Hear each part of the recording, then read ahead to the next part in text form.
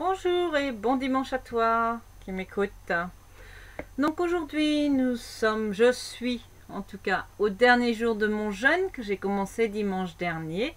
Donc ça fait le 7e jour. Tout se passe bien, j'ai toujours la patate. Donc c'était un jeûne hydrique, hein. Je n'ai bu que de l'eau, des tisanes ou du thé. Le seul inconvénient que j'ai trouvé c'était par rapport au sommeil.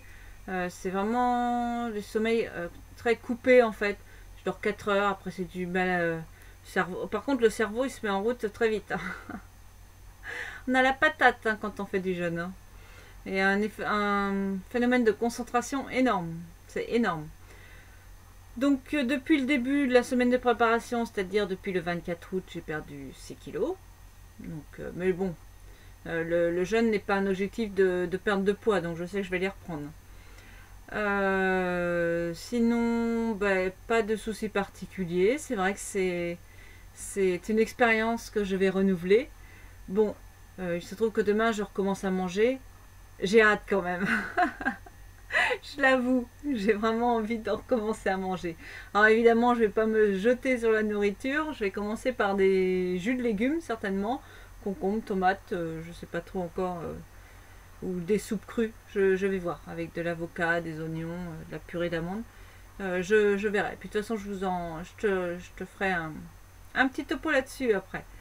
Donc c'est vrai que le jeûne est vraiment, ouais, je le recommande quand même. C'est quelque chose assez. On a l'impression que c'est difficile, que ça va être compliqué, etc. Eh bien franchement, la sensation de faim, je ne l'ai pratiquement pas eu. À part aujourd'hui, mais parce que j'ai vraiment. Je sais pas si c'est la faim, mais j'ai surtout envie de manger, quoi. Donc voilà. Et puis, ouais, non, c'est une belle expérience en tout cas, vraiment. Donc n'hésite pas, hein, si tu as besoin de questions, si tu as des questions à me poser, si tu veux d'autres informations, peu importe de toute façon, n'hésite pas à me laisser des commentaires, je me ferai un plaisir d'y répondre. J'ai prévu donc 3 cartes aujourd'hui, issues de ce jeu. Donc pour avoir confiance en soi, c'est vraiment la base dans tout le développement personnel, la confiance en soi. C'est vraiment quelque chose en priorité à développer et à travailler et à cultiver. Donc comme je vais tirer donc 3 cartes, je vais te laisser choisir la carte numéro 1 pour toi, la carte numéro 2 ou la carte numéro 3. Et donc je vais t'inviter à prendre 3 grandes inspirations. Donc tu prends une grande inspiration, tu te mets plein d'énergie. Et tu souffles le plus loin possible.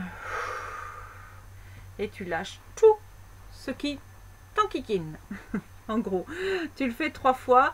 Tu t'ancres bien au sol, donc pas de jambes croisées, les pieds bien à plat au sol, tu ressens bien le sol. Voilà, donc on y va. Carte numéro 1. J'apprends à repérer ce qui me va. Couleur de cheveux, coiffure, style vestimentaire. Certaines choses nous mettent en valeur, utilisons-les. Ah, j'ai un problème avec la lumière, je crois bien. Voilà. Effectivement, si tu veux être bien mentalement, il faut aussi être bien physiquement. Ça va de pair en fait, pour être bien aussi avec les autres. Donc je t'invite vraiment à repérer ce qui te va. Si tu as du mal à le voir, tu te demandes conseil à ton entourage, à tes proches, à des personnes de confiance. Il y en a toujours qui peuvent te donner que des conseils tout en étant bienveillant. Donc la couleur des cheveux, la coiffure, le style vestimentaire. Certaines choses nous mettent en valeur. Effectivement, il faut les utiliser. Je t'invite aussi à ne pas rester tout le temps dans le même style vestimentaire.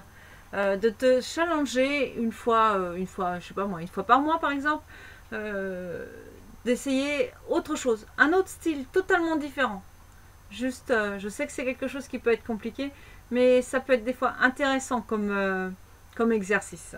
Donc ça, c'était la carte numéro 1. Voyons maintenant la carte numéro 2. Je refuse absolument de me comparer. La comparaison est un vrai poison. Chaque être est unique. Nous comparer revient à nous dévaloriser, nous éloigner de ce que nous sommes, pour nous reprocher de ne pas être quelqu'un d'autre, à éviter d'urgence. Ça, c'est clair. Inutile de se comparer à un tel, à cette personne, parce que voilà, tu te compares, tu te dis, ah, celle-là, là, tout ça, machin, ça marche mieux, et pas moi, gna gna gna. Non, tu es toi, et elle, elle est elle. Donc c'est vraiment, faut éviter la comparaison. On est tous des êtres uniques, on a tous nos différences, on a tous nos qualités et on a aussi tous nos défauts qu'il faut apprendre à accepter aussi. Donc reprendre, quand tu te compares à quelqu'un d'autre, ça revient à te dévaloriser. C'est quelque chose qu'il faut vraiment que tu évites. Pour avoir confiance en toi, la dévalorisation, c'est vraiment pas bon. Je t'invite plutôt à lister tout ce que tu sais faire, tout ce que tu as été capable de réaliser, toutes tes qualités, et puis vraiment pour prendre de plus en plus confiance en toi. C'est une des choses qu'on travaille souvent en séance d'ailleurs d'accompagnement. Donc comme je suis guide et que j'accompagne sur le changement, sur le chemin du changement pour kiffer sa vie, c'est que la confiance en soi est quelque chose de primordial. Troisième carte, j'apprends à respirer consciemment. C'est une arme très efficace pour lutter contre le trac, l'appréhension et la timidité. Ouais, j'ai vraiment un problème avec la lumière.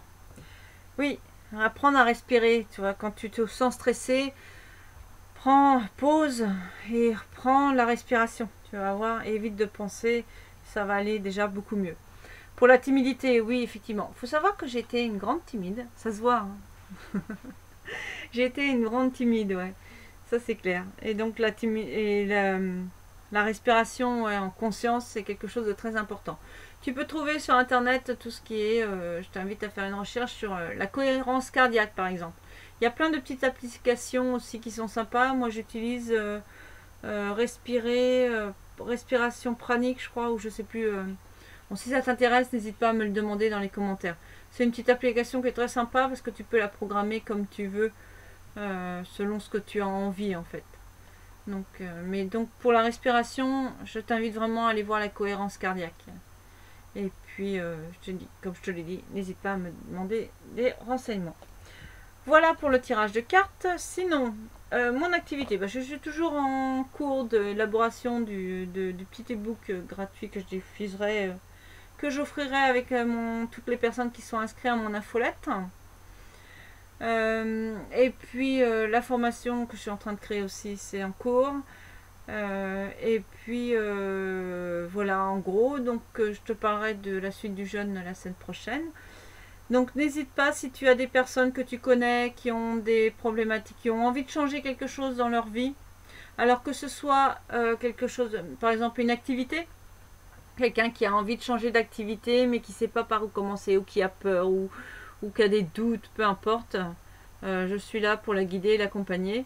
Que ce soit aussi un changement physique, une perte de poids ou une prise de poids, par rapport à ça.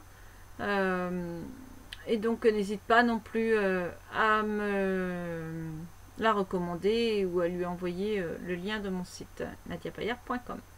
Sinon ça peut être un changement, ça peut être quoi, une vie ennuyeuse qui n'a plus de sens. Même dans ce programme-là, je peux aussi te guider, t'accompagner. La recherche d'un partenaire. Là aussi, et puis il y a plein d'autres choses sur lesquelles je peux aussi accompagner. Si tu as une passion, si tu connais quelqu'un qui a une passion, vraiment une passion, qui aimerait et qui n'est pas bien dans son travail, son job, mais qui aimerait bien faire quelque chose avec cette passion, mais qui ne sait pas ce qu'elle veut, comment faire, ou qu'elle n'ose pas, ou qu'elle a des peurs, ou etc. Pareil, ça c'est quelque chose que je peux aussi guider et accompagner très facilement.